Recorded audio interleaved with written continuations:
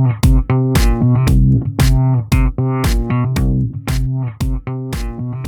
time for Thaiger Talk, where you get your comments, broadcast to a wider audience, and they could come on our Facebook page, they could be on our Thaiger Talk at thethaiger.com, or indeed our YouTube channel.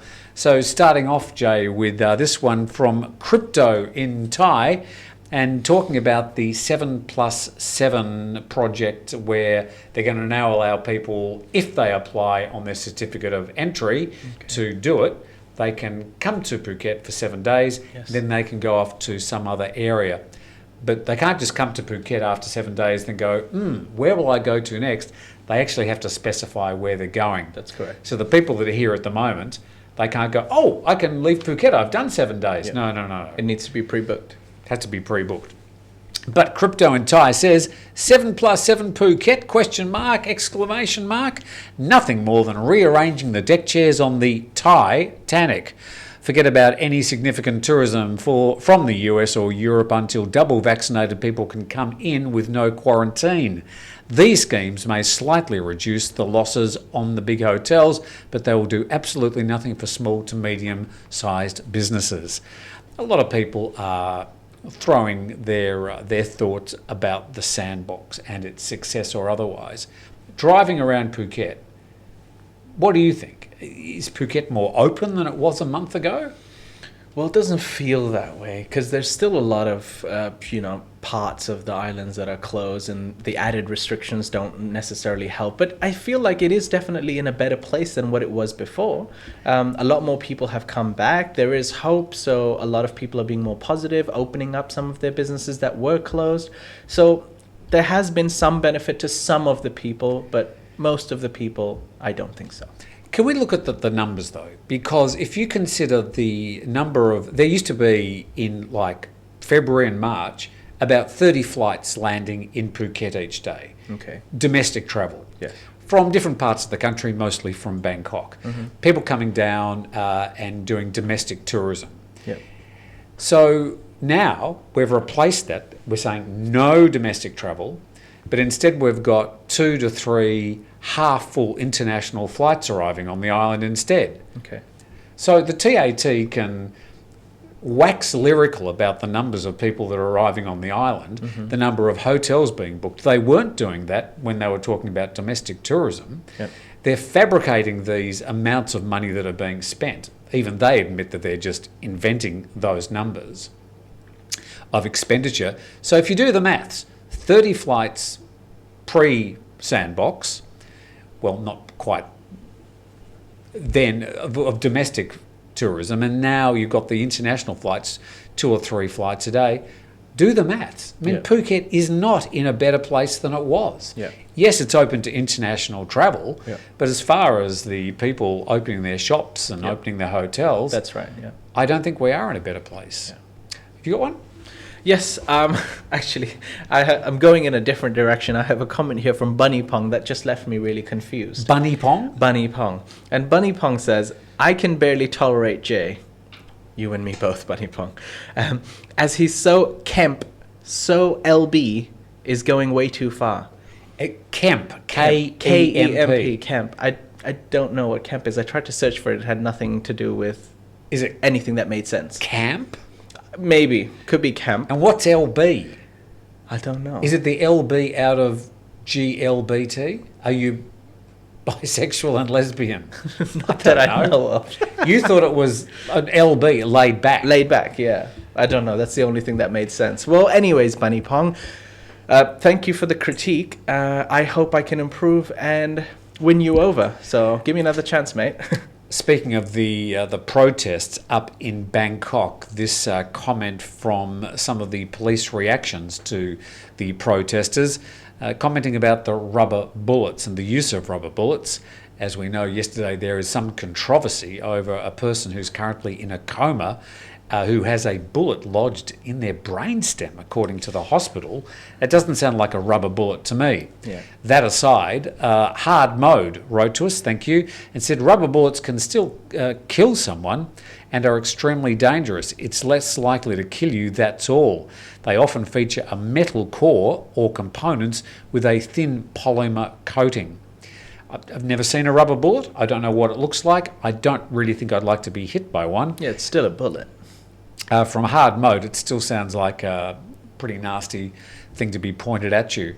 Marshall Leo talking about the government of Thailand, which basically has morphed from the military junta that took over in 2014, seizing power and getting rid of the elected government of Yingluck Shinawatra. He says Thai military dictatorship seems in line with China as a main ally and possibly in line with Burma military dictatorship as well. Now, we get a lot of people who say the Thai military government are bad and make all sorts of comments, and that's fine. Most of them, we let them go.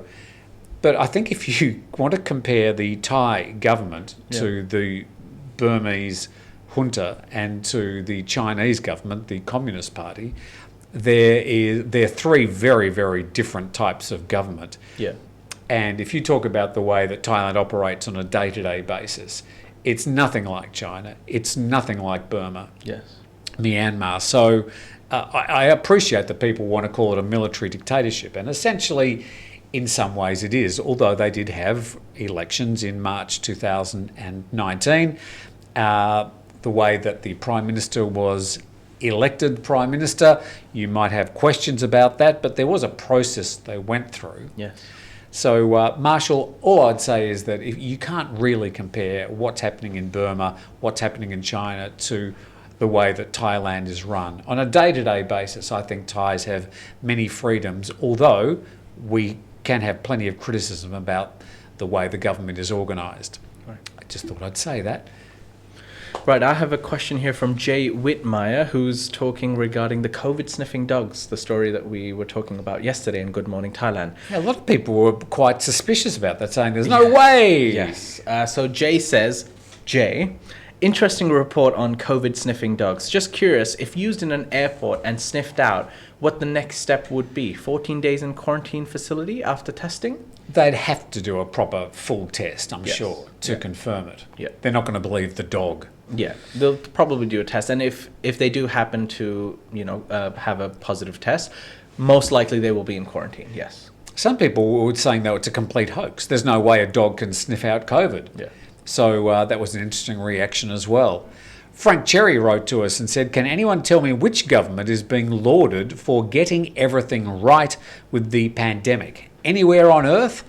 This, of course, alludes to plenty of governments that get criticism from their citizens about the way they've handled COVID. And every country has had its own challenges. Of course, we've never been through this before. There's no rule book. There's no book that you can pull off the shelf saying how to run a country during a COVID situation. Yeah. And the COVID, the way that it's emerged in countries and spread has been very different. So is there anywhere on earth that's coped with it well? New Zealand has gone just full metal jacket on the whole thing and said we're going into lockdown. Yeah. Other countries are saying, a bit of COVID here, a bit of COVID there, we'll be right. And so, I don't know, is there any country that's done it really well? Yeah, you're right, Tim. I mean, what do you think? Different countries have different ways of dealing with it. I mean, New Zealand does go hard. It has worked for them before, and they had been COVID-free for 6 months. But look what's happened. Just one case, back into lockdown. Like, not just a bit of a lockdown, stay at home. Yeah. Okay, what do you got? Right, I have a question here from Selvin Lepoir. I don't know how to say this, but it sounds French. Hi, Jay and Tim. I think the truck is already stuck. Now, this had to do with a picture yesterday we showed of the lady standing behind the truck. She was hanging off the back of it. Yeah, so apparently, further investigation, a lot of people pointed out that the truck was already stuck under the bridge, and the lady was standing behind the truck to attempt to dislodge it because the car was trying to reverse out of it. So he goes, "Hi, Jay and Tim. I think the truck is already stuck. It seems that the reverse lights are on, and probably she is jumping on the back to help dislodge the stuck roof." Good job, Selvin, and others. Thank you for pointing that out. See, some people are much more observant than we are. That's correct. So when stuck, just jump. And all about elephants. Thank you for your insightful comment. And he says, "I second the suggestion to have Jay put on a dress and report the weather. He's naturally funny and would make the segment something to look forward to, LOL. So, Jay, the people are spoken. No, I don't think Bunny Pong will agree from earlier, but no. Please don't make this a thing, I beg you. No, I think it is becoming, the people have said what they want, and we are here but to serve. Right, moving on quickly. I've got another, well, actually, a question from Bobby, who asks, where did Jay get the coffee mug from? So we try to change our coffee mugs, and we will eventually come up with our own Thaiger mugs. We've got the worst selection of coffee mugs of any office in the world. It's shameful. It is, I'm not going to lie. There's nothing in them, by the way. However, we will improve our mug game. So this is the best one we've got, but it says Singapore. Yeah. And it doesn't even have a handle. So we've really got to up our mug game. But, of course, what we should be doing is getting Thaiger mugs. That's right. And we're working on that. We will hopefully, by the end of next month, come up with a bunch of selections. If you have any ideas, if you have any designs that you'd like to send us for the mugs. Or we just put a big T on the thing. No, I think we should. Do you want a black mug or a white mug, though? I feel like I think we should go for the colorful, greeny vibes, a leafy mug with the Thaiger logo. I don't think it should be just the logo. If we're going to do it, we should do it right. Well, we're going to have a bit of a discussion about that, Jay. I think Right. we'll have to convene a full meeting of the committee. Yes. All right. So, do you have any more? Yes, I have two. I've run out. I've got two quick ones. So I've got a more funnier one from Grammar Officer Krupke, who says, Jet didn't challenge you in the shirt game. So this is regarding Jet decided to Wear his grandmother's He came curtains. up with a horrifically amazing shirt. So Grammar Officer Krupke says that he didn't challenge us. He slaughtered you without even trying. And Game on. Grammar Officer Krupke, I'd just like to say, don't beat a man while he's already down, okay?